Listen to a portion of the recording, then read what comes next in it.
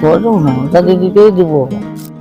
এখন ভোটটা সবাইকেই আমি জানাবো, আমার ঘরের বাড়ির লোকও আর আমার পাড়া পড়শিকেও আমার দিদিকেই দেয়। ভোট মমতা দিদিকেই দিব। এখন ভোটটা সবাইকেই আমি জানাবো, আমার ঘরের বাড়ির লোকও আর আমার পাড়া পড়শিকেও আমার দিদিকেই দেয়।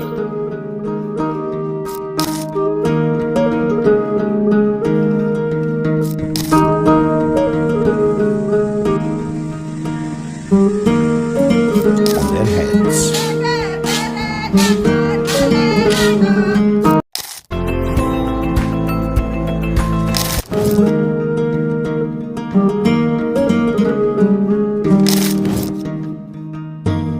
একসময় পিঁপড়ে ডিম, কখনো বা দুব্বা ঘাসের গড়া সেদ্ধ, আবার কখনো কচু সেদ্ধ খেয়ে অনাহারে অর্থাহারে মৃত্যুর প্রহর গোনা মানুষগুলো আজ যেন নতুন করে বাঁচতে শিখেছে।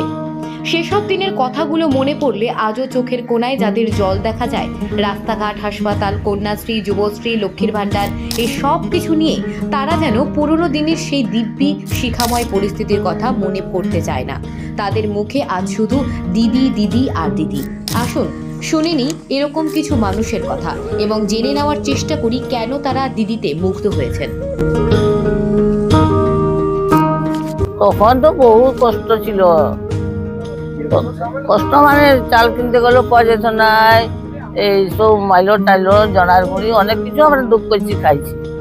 এখন জঙ্গল মহল মানে এই ফল টল চাপাতে আমরা খাই, বড়া গুটুর বলতো, কুটকুট বলতো, আমরা ওই সব আনতে খাচ্ছি। সরকারি পাওয়া যাচ্ছে, ওই যে টাকা পয়সা পাই, ভাতা টাকা বাচ্চারাও পায়, যখন যেটা স্কুলের টাকা পাচ্ছে, তারপর স্কুলের টাকা পায়, কন্যাশ্রী, রূপশ্রী, আর বই কেনার বইয়ের আর পেন জামা পায়, অনেক কিছুই পাই সানারাও। রাস্তাঘাট কিছু তখন ছিল না, শুধু একটুকু সেই মাটির ছিল। এখন তো চারদিকে রাস্তা, কোনোটির বাকি নেই রাস্তা। যখন দুটা ঘর থাকলেও একটু রাস্তা দিচ্ছে। হ্যাঁ, এখন সব কিছু দেখছি হচ্ছে। এখন আরো জল টল হচ্ছে, ঘরে ঘরে দুয়ারে জল দিচ্ছে। মমতা দিদিকেই দিব। হ্যাঁ, মমতা দিদি চাল দিচ্ছে, ধান সিদ্ধ করতে হয় নাই, বাকি ধান ফুটাতে হয় নাই, দিব্যি শুধু রান্না আছে আর খাওয়া আছে। টাকা পয়সা দিয়ে লক্ষ্মী ভান্ডারে।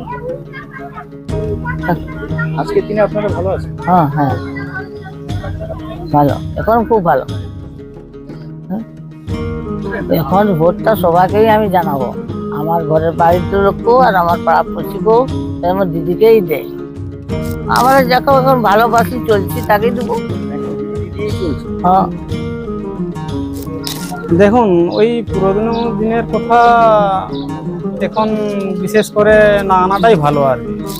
সত্যি কথা বলতে আমাদের যে মাননীয় মুখ্যমন্ত্রী মমতা বন্দ্যোপাধ্যায়ের যে উন্নয়ন, ওই উন্নয়নগুলা চিন্তা ভাবনা করলে মানে ওই পুরোনো দিনের কথাগুলো মানে আর টেনে আনতে ইচ্ছে করেন।